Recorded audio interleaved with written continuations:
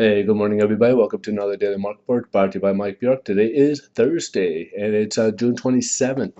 We got one more day left of this week for month end, and so we'll look at the economic news release. We got a bunch of them today. We got the weekly jobless claims, and we had 355,000 people applying for unemployment last week. We thought that we forecast for this week is tapered down a little bit down to about 345, and pretty much came in at expectations at 346 for this week. Next item is the personal income for the month of May. These are May's numbers. So April we had a 0.1% growth increase personal income, so people make it slightly more. We figured it would have a slight increase again for the month of May, and it jumped up to 0.5. So good numbers right there that people are showing that they made a bit more in May. So we like to see those numbers, right? And then consumer spending for the month of May. So we had a negative number contracted back in April, and for the month of May, it would look like it was going to have a slight increase. So basically, reverse it to 0.3%, and it came in at forecast. So not bad. So people earned more in May, and they also spent a little bit more comparing it to the previous months.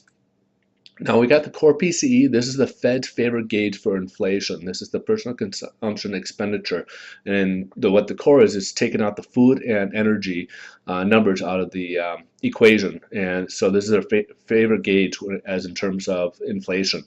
So we had a 0% or basically no growth in April. We figured it would have a slight increase up to about 0.1% in May, and that's what we got. So this is a gauge that we really do got to keep an eye on, that we don't draw into a situation where we have a decade-long, like unfortunately like Japan, where they're still trying to get out of it, where basically long recession or no growth. So this is something we do need to keep an eye on, that we do need inflation is good to a certain point, that as long as you keep it contained, to about 2%, 2.5%. They usually like to between 2 and 3% inflationary growth every year, because people show that they're making money, and in the cost, and it's not too excessive where it's getting out of hand. So 2 to 3% is usually good, but we're well below that right now. So that's something we do got to keep an eye on. And last but not least, we got the pending home sales for the month of May. Now, April had kind of a hiccup at only about 0.4% growth.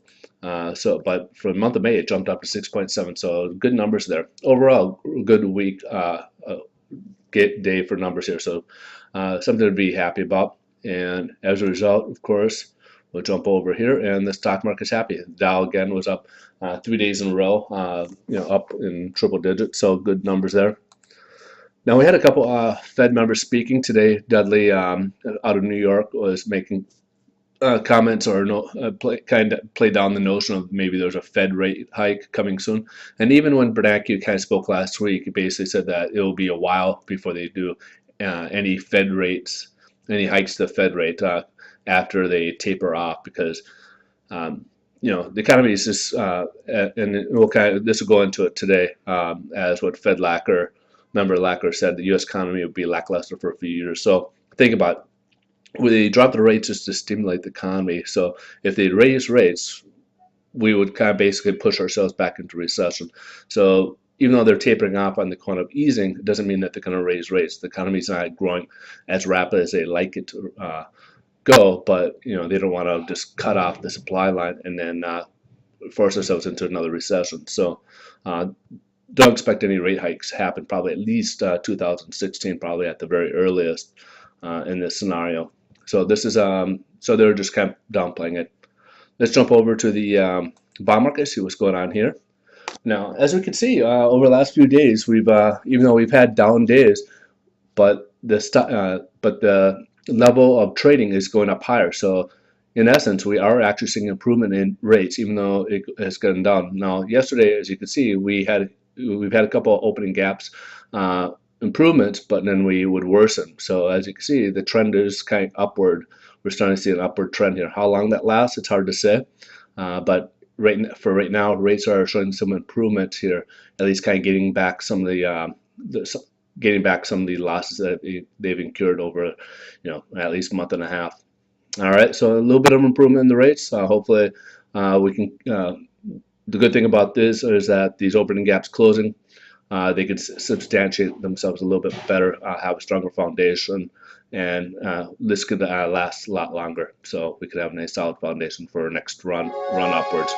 All right, you guys have a wonderful day. Thanks for watching, and we'll see you guys tomorrow.